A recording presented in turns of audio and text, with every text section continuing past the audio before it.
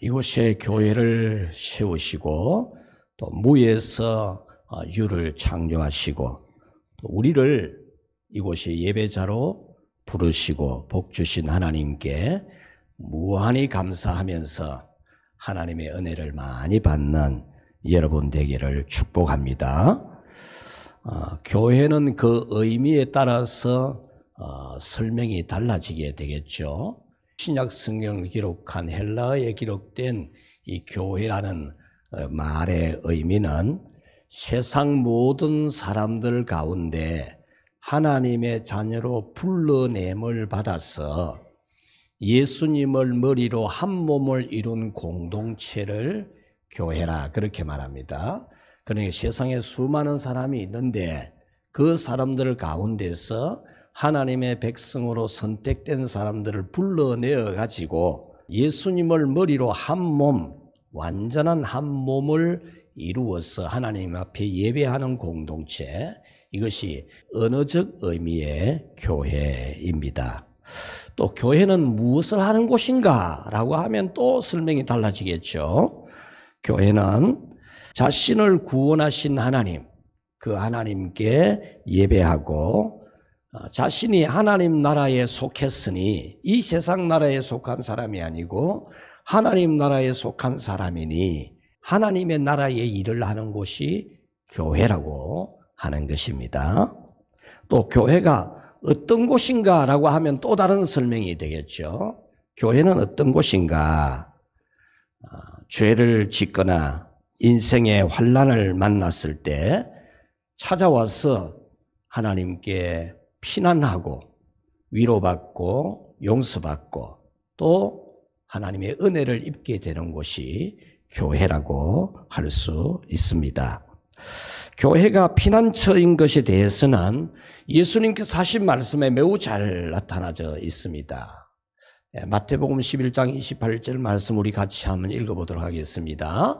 수고하고 무거운 짐진 자들아 다 내게로 오라. 내가 너희를 쉬게 하리라. 아멘. 예수님이 수고하고 무거운 짐진 모든 사람들아, 이 땅에서 수고하고 여러 가지 인생의 짐을 지고 있는, 죄의 짐을 지고 있는 모든 사람들아 다 오라.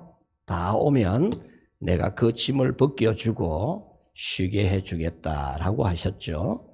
바로 교회가 이런 곳이라는 겁니다. 죄를 지은 사람이 와서 죄의 짐을 벗는 곳이죠. 죄 없는 사람이 오는 것이 아닙니다. 선한 사람이 오는 것이 아닙니다. 악하고 죄 많고 못됐고 성질이 이상하고 도무지 구원의 가망이 없는 그런 인생들이 와서 죄사함을 받고 성령의 역사를 받아 새 사람이 되고 변화를 받는 곳, 그런 곳이 교회입니다. 삶에 힘든 일이 없는 사람이 모여서 취미생활하는 종교 문화를 누리는 것이 아닙니다. 일주일에 한 번씩 성전에 와서 거룩한 노래, 세상 말로 하면 성가를 부르고 종교 생활을 하는 그런 곳이 아니고 삶이 힘든 사람이 와서 하나님의 은혜를 입는 곳이 교회입니다. 구약시대 이스라엘에는 도피성이라는 것이 있었는데 환난을 당한 사람이, 죄를 지은 사람이 피하여 숨을 수 있는 장소입니다.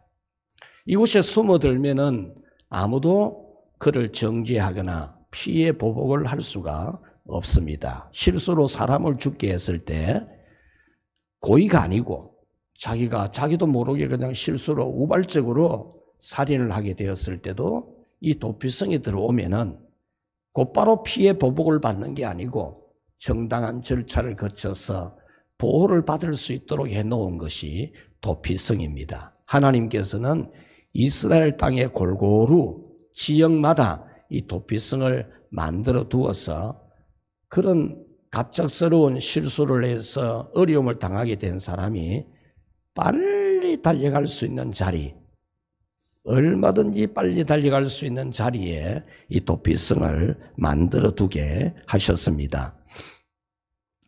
그 이후로는 많은 도피성이 생겼지만 처음에 하나님이 도피성을 만들려고 한 것은 만 하루만 하면은 하루만 뛰어가면은 누구든지 피하여 갈 수 있는 장소에 이 도피성을 만들어 놓고 도피성을 찾아가는 곳에는 항상 길목마다 팻말을 아주 잘 세워두어서 도피성 가는 곳이 어딘지 잘 알 수 있도록 해놓았고 도피성으로 가는 길은 길을 넓게 폭을 아주 넓게 잘 만들어 놓아서 도피성으로 빨리 도망할 수 있도록 그리 길을 넓게 만들어 놓게 했습니다.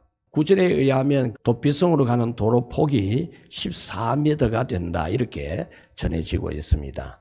그 시대 고대 사회에 14m가 되는 도로가 있다는 것은 굉장하지 않습니까? 우리 2차선 도로 양쪽에 인도를 만들어도 12m거든요. 그런데 고대 사회에 14m 도로를 만들어 놓고 누구든지 빨리 그곳에 가서 안전하게 보호받을 수 있도록 해놓은 것이 바로 이 도피성입니다. 이 도피성은 의인을 위해 만들어 놓은 것이 아닙니다. 심지어 살인한 사람이라도 와서 보호를 받을 수 있도록 해놓은 것이 이 도피성입니다. 이 도피성은 신약의 교회를 상징하고 있습니다. 오늘 성경에는 이 도피성같이 환난을 당한 사람, 빚진 사람, 마음이 원통한 사람이 찾아와서 쉴 수 있는, 이곳에 와서 안심할 수 있는, 이곳에 와서 보호받을 수 있는 그런 동굴 하나를 소개합니다. 아둘람이라고 하는 동굴인데 이 아둘람이라고 하는 말의 뜻이 피난처입니다. 피난처. 동굴 이름이 피난처죠. 참 이색적이지 않습니까? 동굴 이름을 피난처로 짓는 것을 여러분 본 일이 있습니까? 참 좋은 이름입니다. 피난처라는 이름보다 또 더 좋은 이름은 또 세상에 없지 않겠습니까? 이 아둘람 동굴은 이름만 피난처가 아니고 역사적으로 대단히 중요한 피난처가 된 사실을 오늘 이 성경은 기록하고 있습니다. 슬픔과 절망, 두려움과 불안에 휩싸여 있었던 다윗에게 너무나 좋은 피난처가 되었던 곳이고 환난당한 사람, 빚진 사람, 마음이 원통한 사람 400명, 그 가족을 포함하면 1000명이 좋게 되는 사람들이 이곳에 와서 위로를 얻고 이곳에 와서 안심을 하고 이곳에 와서 다시 살아갈 힘과 용기를 얻고 새 삶을 살아가게 되는 그곳에서 위대한 삶이 전개되는 이 사람들 다 환난 만난 사람들이고 빚진 사람들이고 마음이 원통한 사람들인데 이 사람들이 어떤 사람들이 됩니까? 다윗 왕국, 그 위대한 이스라엘 다윗 왕국을 건설하는데 공신들이 됩니다. 공신들. 빚진 사람들, 환난 만난 사람들, 마음이 원통한 사람들이 바로 다윗 왕국을 세우는 공신들이 되거든요. 이렇게 하나님은 이 아둘람 동굴이 역사적으로도 정말 피난처, 너무나 복된 장소가 되게 하셨습니다. 당시 다윗은 어느 한 곳에 갈 곳이 없습니다. 부모 집에도 있을 수 없고 친척 집에도 숨을 곳이 없습니다. 사울 왕이 군대를 풀어서 이 다윗을 죽이려고 하기 때문에 이 다윗은 숨을 곳이 없습니다. 들로 산으로 다 도망 다녀봐도 이 사울 왕이 풀어놓은 군대에 포위를 당하고 죽을 고비를 수도 없이 넘깁니다. 그리고 마지막으로 거주했던 곳이 노업이라는 땅인데 그곳에는 아히멜렉 제사장이 있었죠. 그래서 제사장을 찾아가서 먹을 것 좀 주십시오. 그럽니다. 배가 고픕니다. 도망 다니면서 먹을 것도 제대로 못 먹는 이런 다윗이었습니다. 그럼 먹을 것 좀 주십시오 하니까 이 제사장이 하나님 앞에 제사로 드려놓은 하나님께 드린 떡이지만 하나님과 제사장만이 먹을 수 있는 떡이지만 생명을 살리는 일에는 쓸 수 있으니까 그래서 제사장이 먹을 떡을 다윗에게 주죠. 거기서 다윗은 무기도 하나 달라고 한 무기. 이 왕이 지금 군대를 풀어서 자기를 잡으려고 하는데 무기도 하나 없는 겁니다. 무기도. 그냥 도망만 다니는 신세입니다. 그래서 무기를 하나 달라 하니까 제사장이 옛날 이 다윗이 블레셋 장수 골리앗과 싸워 이겨서 골리앗을 목을 베고 골리앗이 가졌던 큰 칼을 내어주죠. 그래서 다윗이 그 칼을 가지고 지금 이제 떡을 가지고 도망을 하는 겁니다. 이스라엘 땅에서는 피할 곳이 없기 때문에 그는 망명을 요청합니다. 이스라엘과 적대 관계에 있는 블레셋 나라 가드 왕 아기스에게 망명을 요청합니다. 내가 이렇게 이스라엘 땅에서는 핍박을 받고 박해를 받아서 살 수가 없으니까 내가 당신에게 가서 충성을 하겠습니다. 이렇게 하니까 아기스 왕은 좋다. 이 다윗 같은 용맹한 군사가 온다면 저 이스라엘을 얼마든지 칠 수 있다. 이런 마음에 받아주려고 합니다. 그런데 이 아기스 왕의 나라의 지방의 토호들, 지방의 이 왕들이 안 됩니다. 절대 안 됩니다. 다윗이 누굽니까? 사울은 천천히요, 다윗은 만만이라고 이스라엘 백성들이 그렇게 추앙하는 인물입니다.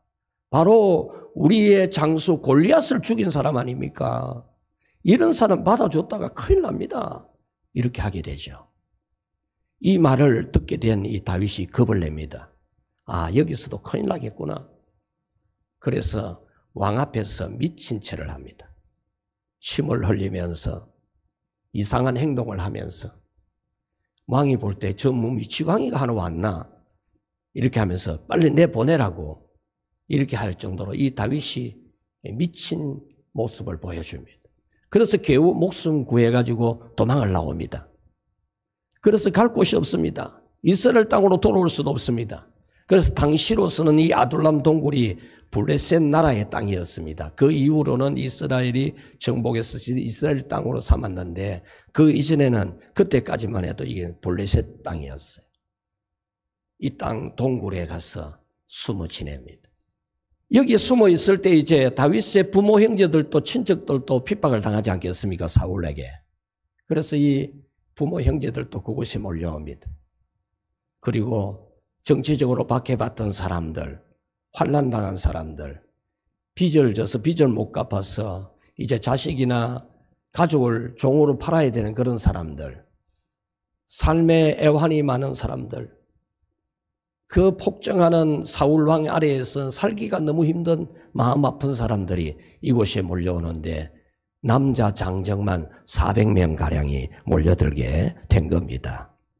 우리 오늘 성경 말씀 사무엘상 22장 2절 말씀을 같이 한 번 더 읽어보도록 하겠습니다. 환난당한 모든 자와 빚진 모든 자와 마음이 원통한 자가 다 그에게로 모였고, 여기서 환난당했다는 것은 이 사울왕에게 정치적으로 박해를 받는 사람입니다. 빚진 사람들은 빚을 져서 빚을 못 갚는 이 원어의 뜻을 보면은 빚의 독촉을 받는데 갚을 길이 없는 사람, 그런 사람을 말해요. 그리고 마음이 원통한 사람, 삶에 정말 원통함이 있는 이런 사람들이 이곳에 몰려들었다라는 겁니다. 여러분, 교회는 이런 곳입니다. 잘난 사람들이 오는 것이 아닙니다.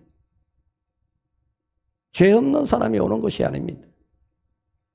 똑똑한 사람, 공부한 사람, 돈 좀 있는 사람이 오는 것이 아닙니다.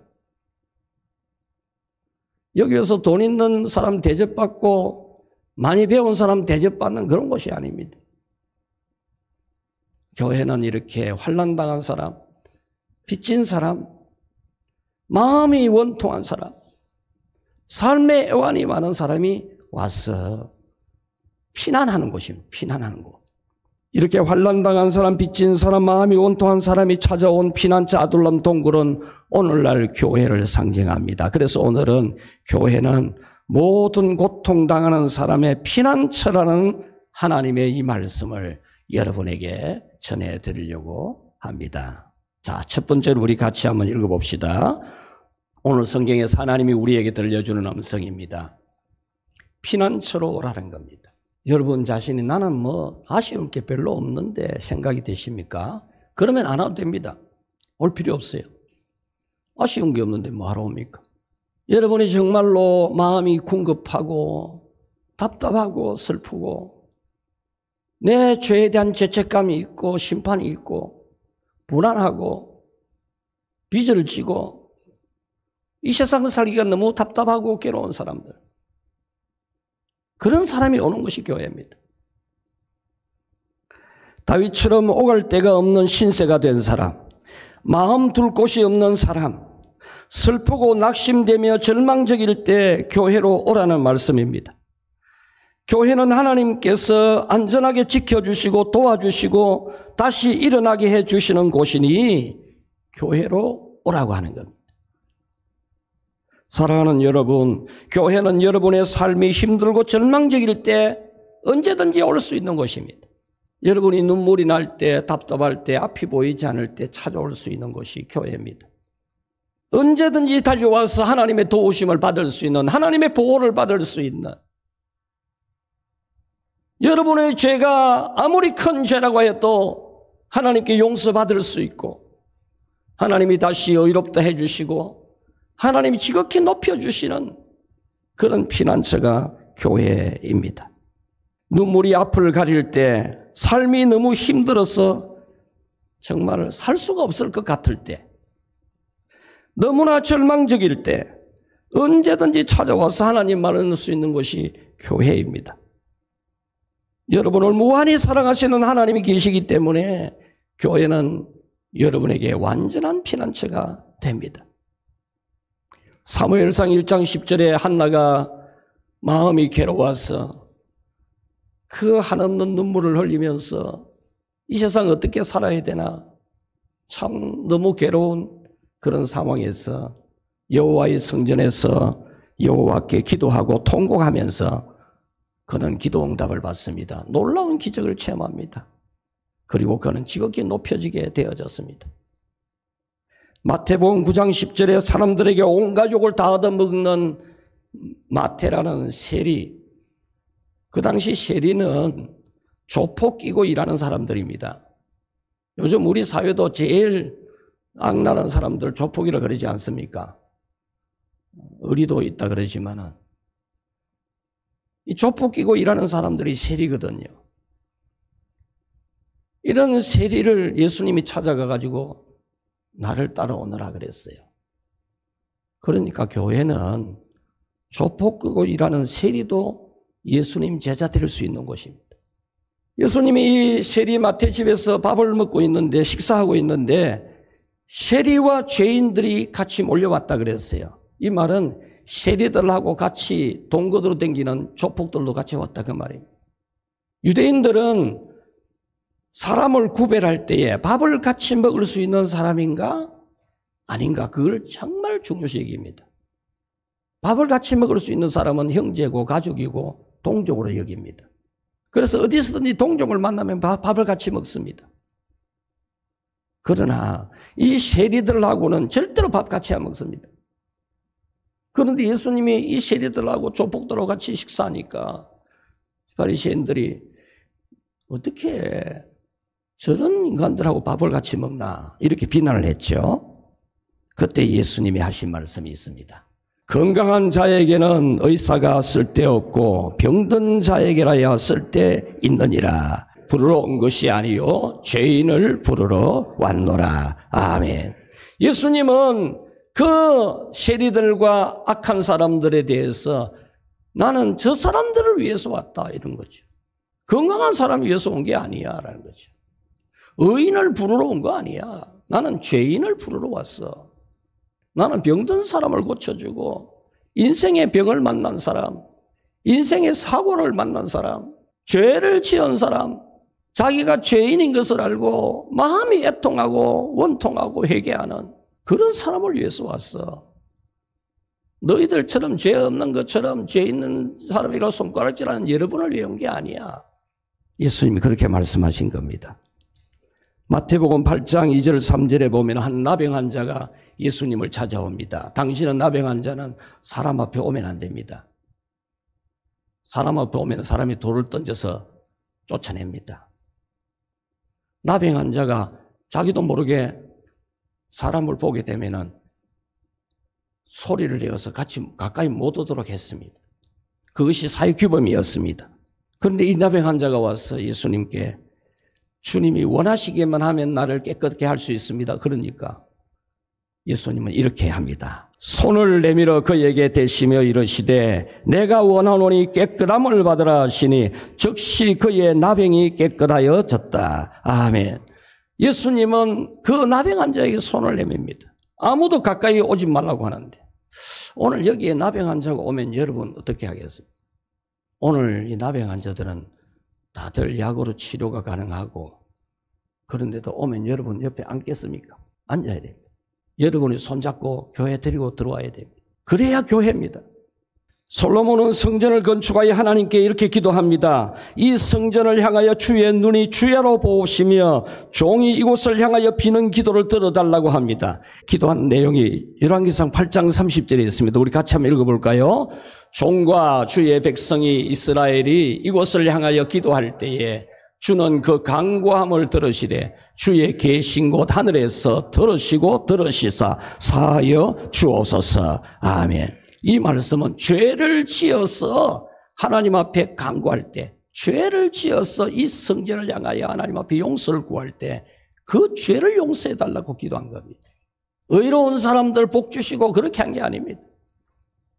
이 기도를 들으신 하나님의 대답이 있습니다. 역대하 7장 15절 16절입니다. 이곳에서 하는 기도에 내가 눈을 들고 귀를 기울이리니 이는 내가 이 성전을 택하고 거룩하게 하여 내 이름을 여기에 영원히 있게 하였음이라. 내 눈과 내 마음이 항상 여기에 있으리라. 아멘.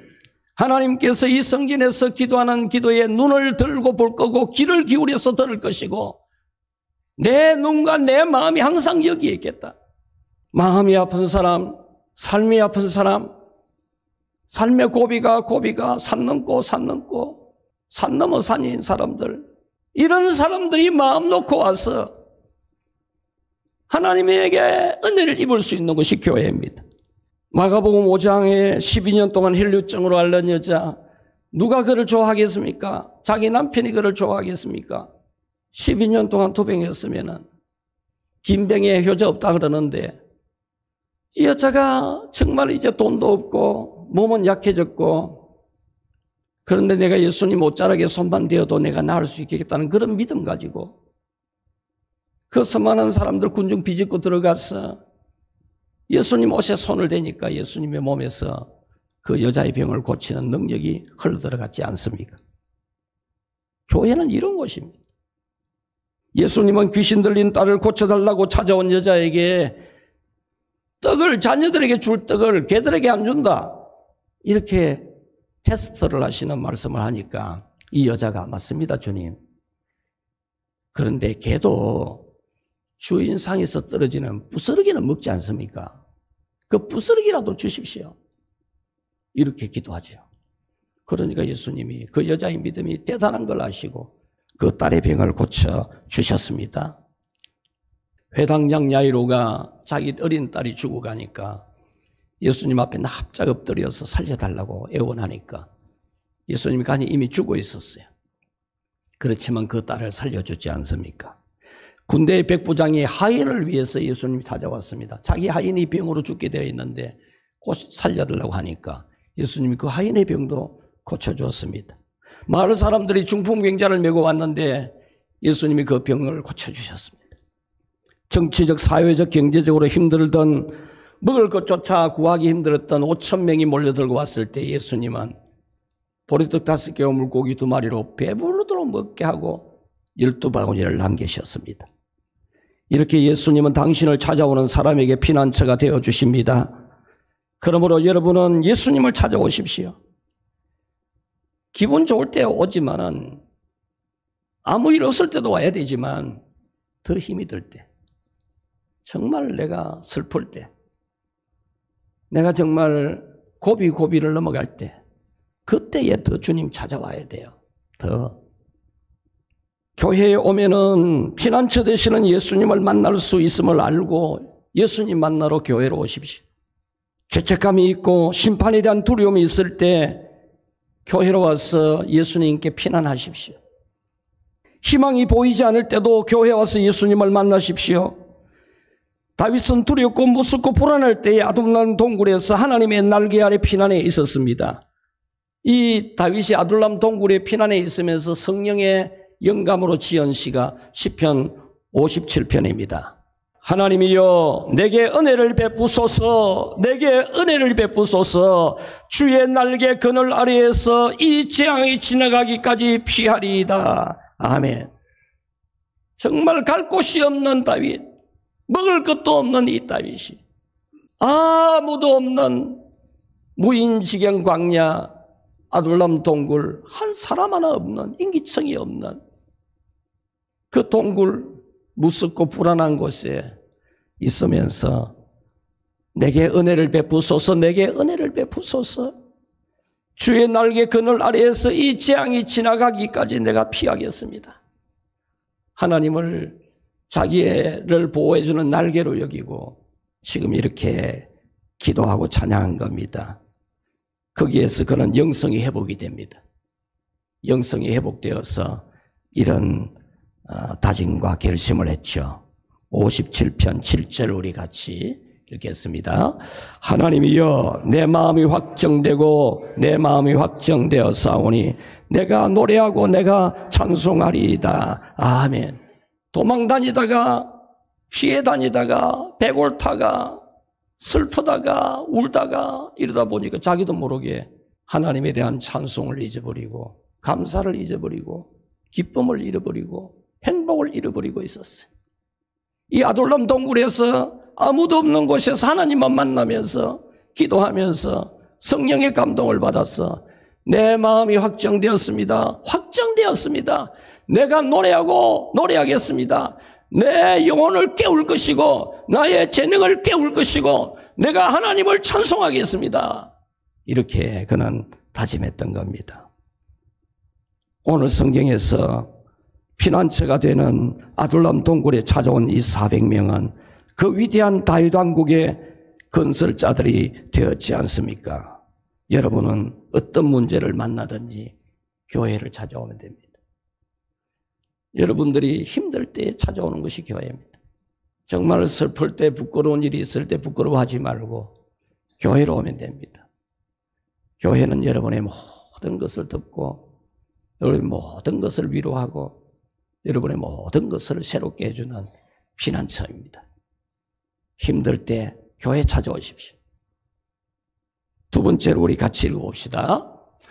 피난처 교회가 되게 하라. 아멘. 오늘 성경에서 하나님이 우리에게 들려주는 말씀은 우리 늘 부른 교회를 피난처 교회가 되게 하라는 것입니다. 환난당한 사람, 빚진 사람, 마음이 원통한 사람 찾아와서 안심할 수 있는 곳이 되게 하라는 겁니다. 우리 교회 성도 여러분, 여러분들이 우리 교회를 갖고 가야 될 것은 바로 이겁니다. 잘난 사람, 똑똑한 사람, 교인 노릇할 만한 사람 오는 게 아니고 정말 마음 둘 곳이 없는, 갈 곳이 없는 사람들, 이런 사람들이 편안히 올 수 있는 교회를 만드는 겁니다. 가난한 사람도 실패한 사람도 좌절한 사람도 딜레마에 빠진 사람도 마음 놓고 올 수 있는 곳이 되게 하는 겁니다.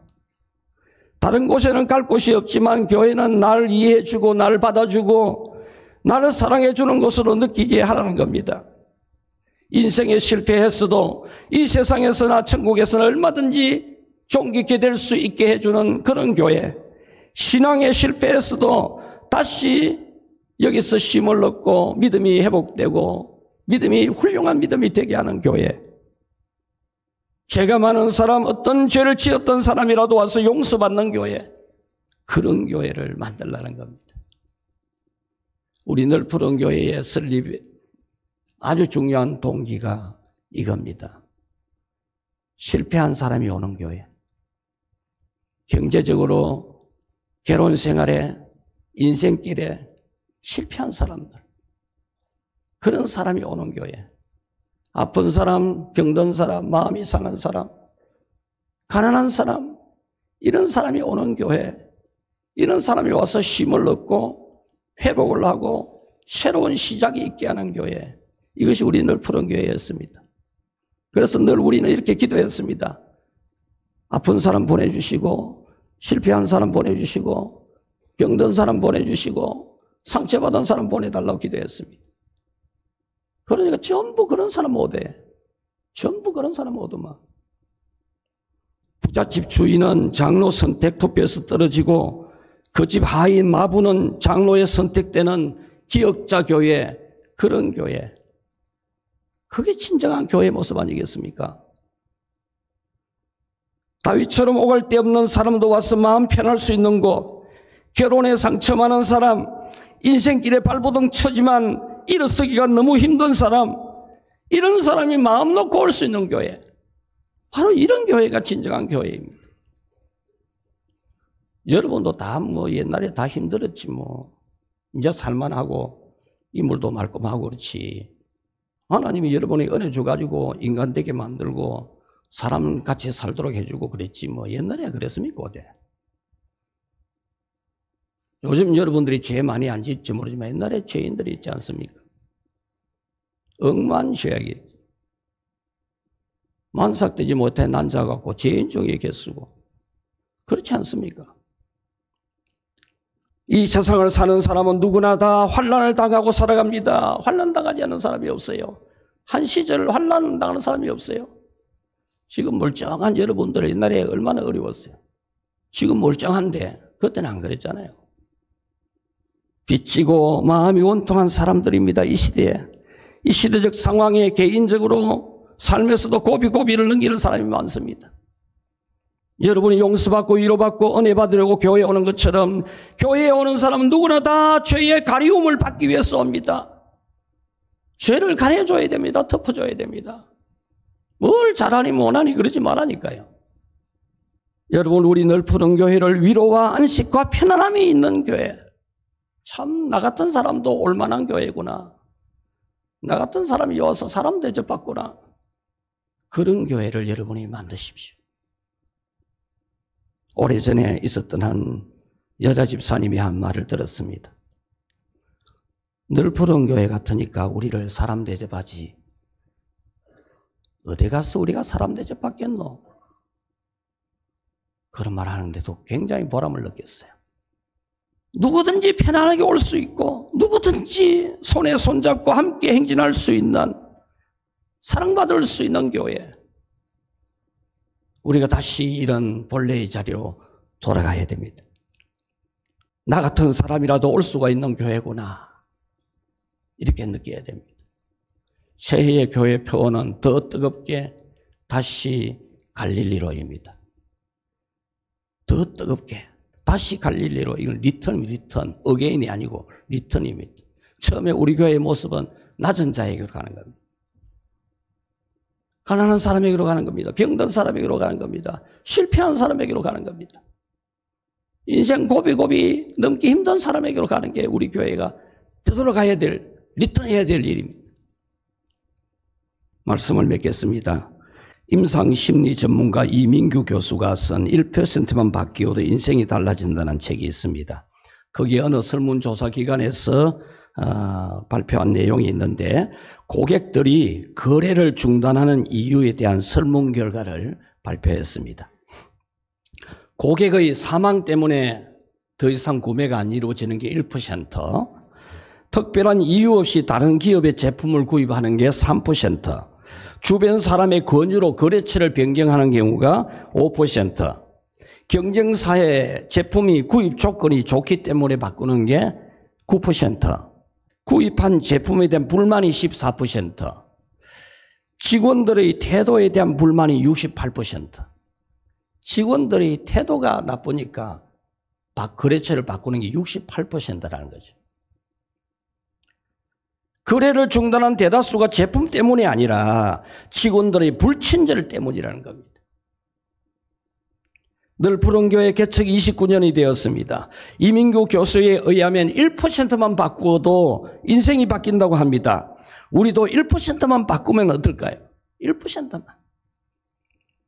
친절한 사람이 되는 것, 따뜻한 사람이 되는 것, 푸근한 사람이 되는 것, 그것만 하면 됩니다. 융통성이 좀 있는 사람, 좀 생각이 좀 넓은 사람, 그것만 되면 됩니다. 2023년에 주신 비전 손에 손잡고 함께 행진하자는 이 말씀이 바로 그것이지 않겠습니까? 한 사람의 구원을 위해, 한 사람의 행복을 위해, 한 사람의 믿음 성장을 위해 나를 징검다리로 삼게 하는, 그것이 나를 징검다리가 되게 해주는, 5명과 진정한 생명의 대화를 나누는, 3대가 함께 예배하는, 그래서 정통신앙을 물려주는, 이것이 다 그것이지 않겠습니까? 아둘람 동굴에 찾아온 400여 명은 환난과 빚과 원통함 때문에 왔는데 하나님은 그들을 다윗 왕국의 건국의 공신들이 되게 했습니다. 하나님은 오늘날도 죄를 지어서 환난당해서 피할 곳이 없어서 찾아오는 우리를 다윗 왕국에 비교할 수가 없는 하나님의 나라, 주 예수 그리스도의 교회를 건설하는 너무나 귀하고 복된 사명을 주지 않습니까? 아이고, 저는 건설하는 그런 걸 하지 말고 교회 와서 예배만 잘 드리면 됩니다. 그것만 하도록 해주있어. 이러면 안 돼요. 피난처에 찾아온 사람들이 400명이 이스라엘 건국에, 이 다윗 왕국 건국에 얼마나 귀하게 쓰임받았어요. 여러분들은 하나님 나라에 소속된 하나님 백성, 교회에 속해 있습니다. 교회를 아주 잘 세우는, 그것이 여러분이 예수 믿고 구원받은 사람의 삶의 의미요 목표가 되어야 됩니다. 여러분은 슬프거나 지치거나 참 죽게 되었다 싶을 때 교회로 와서 우십시오. 마음껏 우십시오. 엉엉 울어도 됩니다. 누가 뭐래도 신경 쓰지 말고 우십시오. 하나님의 위로를 받게 되고 또 새로운 축복을 받게 되기를 주의 이름으로 축원합니다.